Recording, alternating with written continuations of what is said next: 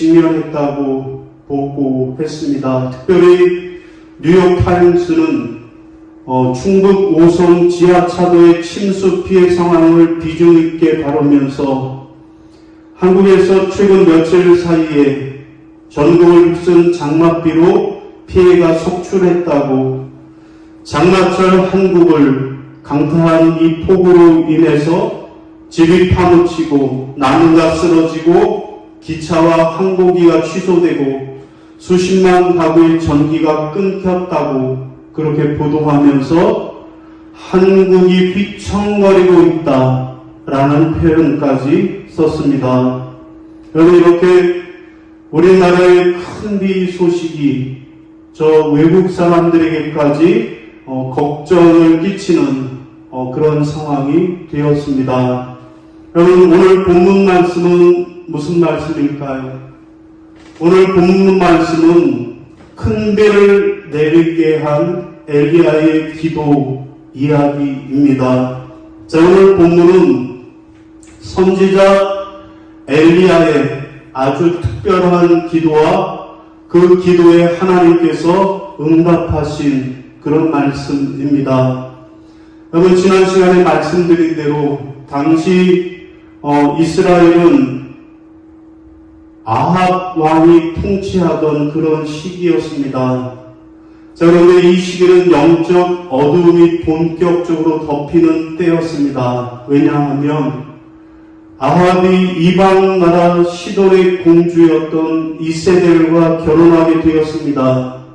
이때 이세벨은 시집을 오면서 자기가 섬기던 바알신을 이스라엘 땅까지 가지고 들어왔습니다. 자, 그 결과로 이스라엘은 점점 바알의 나라가 되었고 서서히 하나님으로부터 멀어지게 되었습니다. 약속의 땅 가나안에 영적 어두움이 들이우기 시작한 것입니다.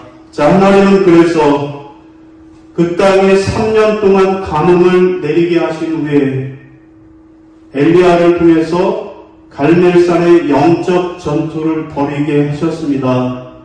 그래서 하나님의 백성들에게 하나님이 참신이시오, 바알과 아세라는 거짓 우상임을 확인시켜 주셨습니다. 그리고 거짓 신을 섬기던 바알과 아세라 선지자를 처단하셨습니다. 자, 이것이 우리가 지난 시간에 보았던 말씀입니다. 오늘은 계속되는 말씀으로 하나님께서 그 땅에 큰 비를 내리신 이야기가 기록되어 있습니다. 자, 엘리야는 어떻게 하나님의 큰 비를 내리게 할 수 있었을까요? 오늘 우리도 큰 비를 내리게 하려면 어떻게 준비해야 할까요? 여러분, 첫 번째로 우리의 믿음에 큰 비가 내리게 하려면 첫째로는 믿고 기도해야만 하겠습니다. 함께 따라하겠습니다. 믿고 기도해야 합니다. 자, 42절 같이 읽겠습니다. 시작. 아합이 먹고 마시러 올라가니라.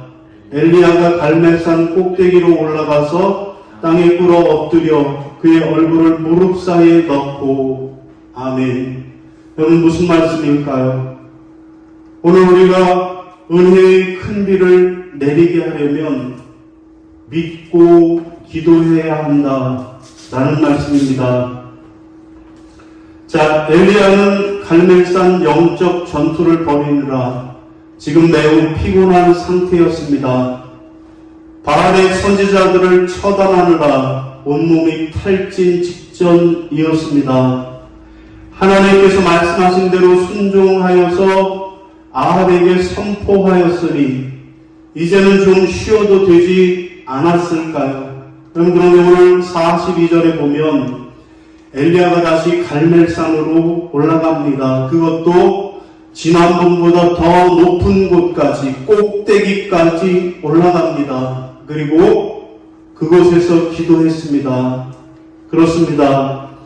하나님의 사람들은 믿고 기도하는 사람들입니다. 하나님의 약속을 믿는 것과 믿고 기도하는 것은 별개의 일입니다. 기도하지 않으면 믿음대로 되더라도 그 일은 기도의 응답이 아닙니다.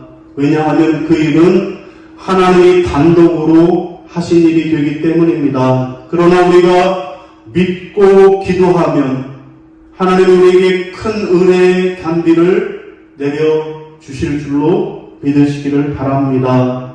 자, 옛날에 어떤 분이 정기적으로 삼각산 꼭대기에 올라가서 기도를 했습니다. 요즘은 산기도하는 분들을 찾아보기 어렵지만 옛날에는 이렇게 산 꼭대기 바위 위에 올라가서 밤새도록 기도하던 그런 분들을 자주 볼 수 있었습니다. 자, 그런데 그분이 꼭대기에서 기도하다가 이런 생각이 들었습니다. 야, 하나님이 꼭 꼭대기에만 계시겠는가? 중턱에도 계시겠지. 그래서 다음번 기도할 때에는 꼭대기가 아니라 중턱에서 기도를 했습니다. 자, 그리고 또 꾀가 났습니다. 하나님이 꼭 중턱에만 계실까? 골짜기에도 계시겠지. 그는 다음번에는 골짜기에서 기도했습니다. 그러다 또 꾀가 났습니다. 하나님이 꼭 골짜기에만 계실까? 우리 집에도 계시겠지. 그래서 다음에는 삼각산에 올라가지 않고 자기 집에서 기도하기 시작했습니다. 그러다가 또 꾀가 났습니다. 하나님이 우리 집에만 계시겠어? 안방에도 계시겠지.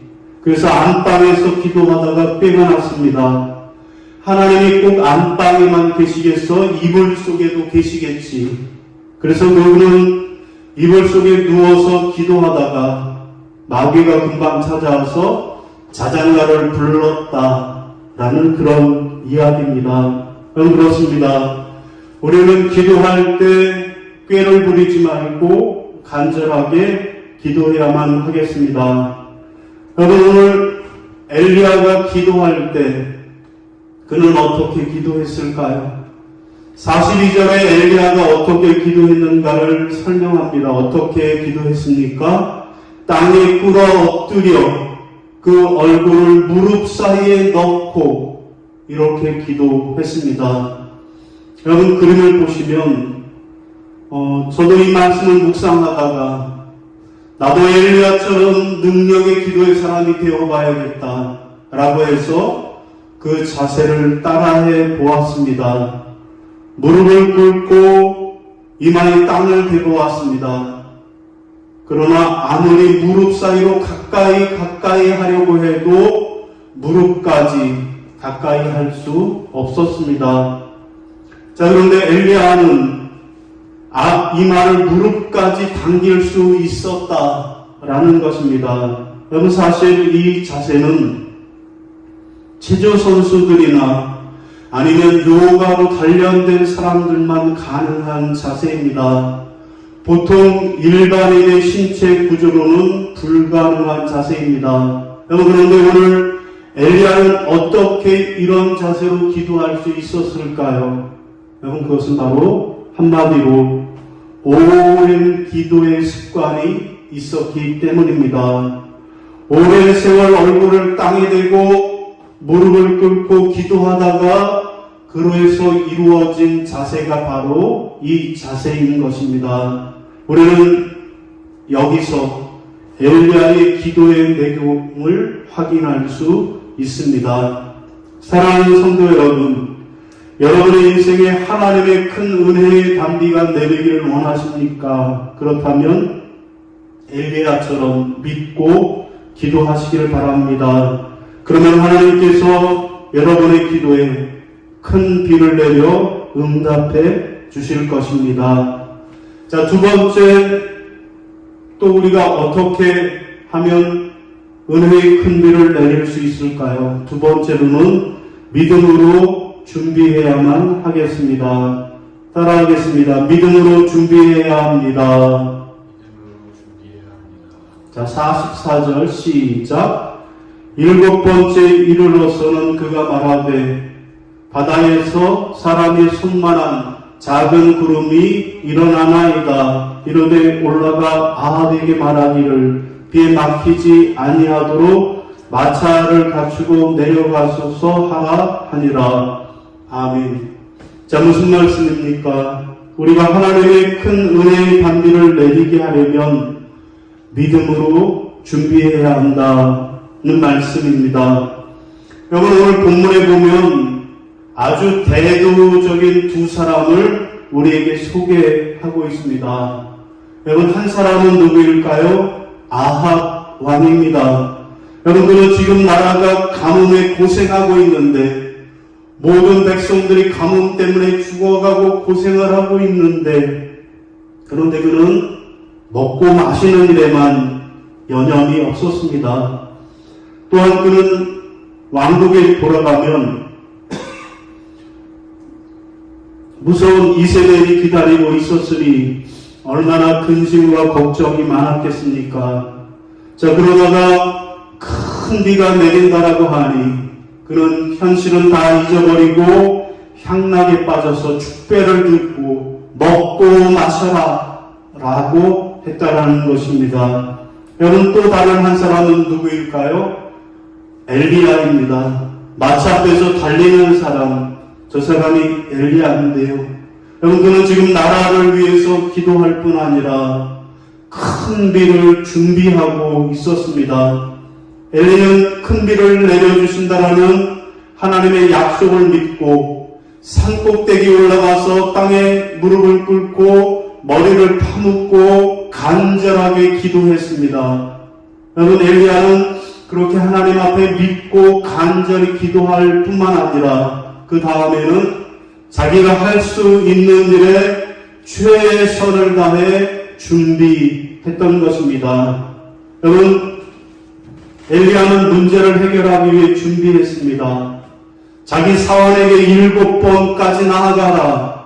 사관이 나가서 7번까지 하늘을 쳐다보니 저 하늘에서 사람의 손바닥만한 작은 구름이 일어나는 것을 보았습니다.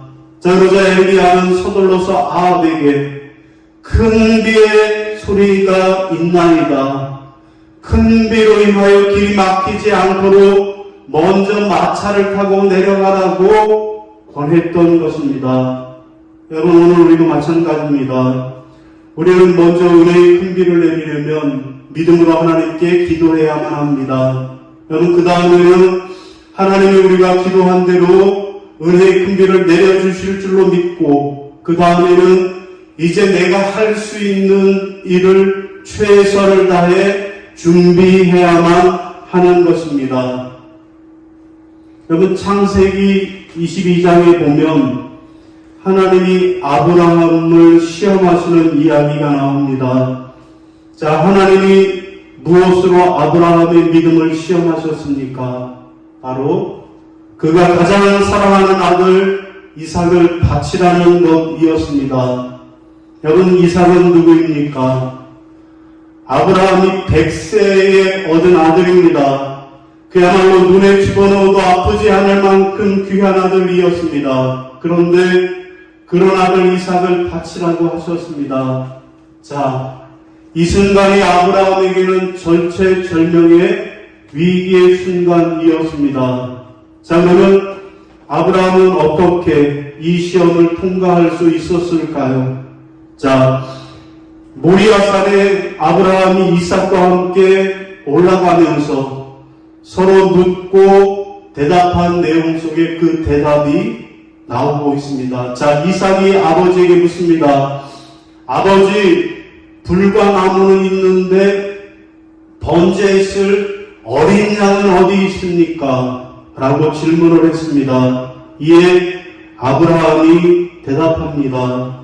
여호와 이레, 곧 하나님이 자기를 위해 친히 준비하시리라 라고 대답했습니다. 여러분, 무슨 말일까요?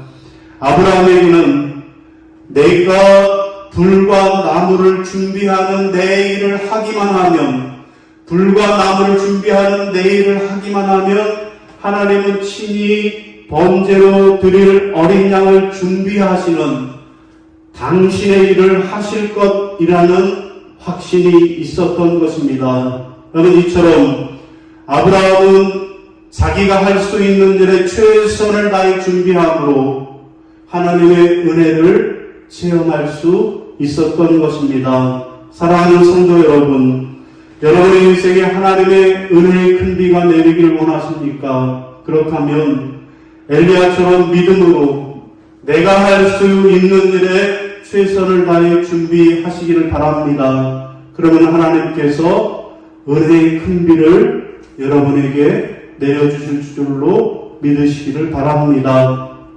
자, 오늘 말씀을 정리하겠습니다. 여러분, 오늘 본문은 엘리야가 하늘에서 하나님의 은혜의 큰 비를 내리게 한 이야기입니다. 여러분, 엘리야는 어떻게 하늘에서 큰 비가 내리게 할 수 있었을까요? 오늘 우리도 우리 인생에 하나님의 큰 은혜의 단비를 내리게 하려면 어떻게 해야 할까요? 첫 번째로는 믿고 기도해야만 하겠습니다.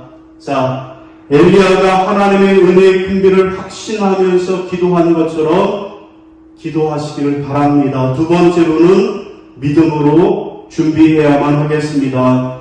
엘리야가 하나님의 큰 은혜를 준비한 것처럼 여러분도 믿음으로 하나님의 큰 은혜를 준비하시기를 바랍니다. 그래서 하나님께서 여러분에게 내려주시는 큰 은혜의 단비를 충만하게 경험하시기를 주님의 이름으로 축원합니다.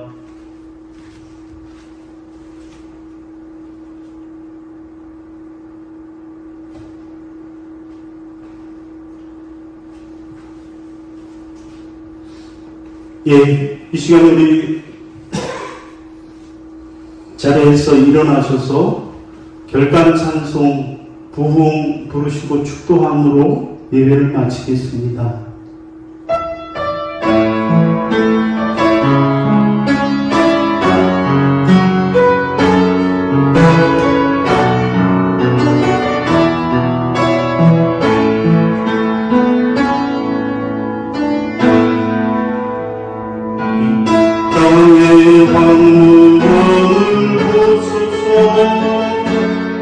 하늘의 하나님 긍휼을 베푸시는 주여 우리의 주여 용서하소서 이 땅 고쳐주소서 이제 우리 모두 하나 되어 이 땅에 무너진 빛을 다시 쌓을 때 우리의 우상들을 태우신 성령의 물 임하소서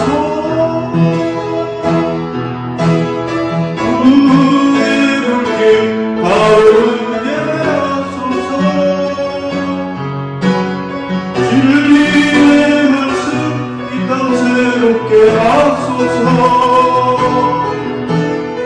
은혜의 강을 흐르게 하소서 성령의 바람 이제 불어 온 주의 영광 가득한 세상 주소서 온 주님 나라의 땅에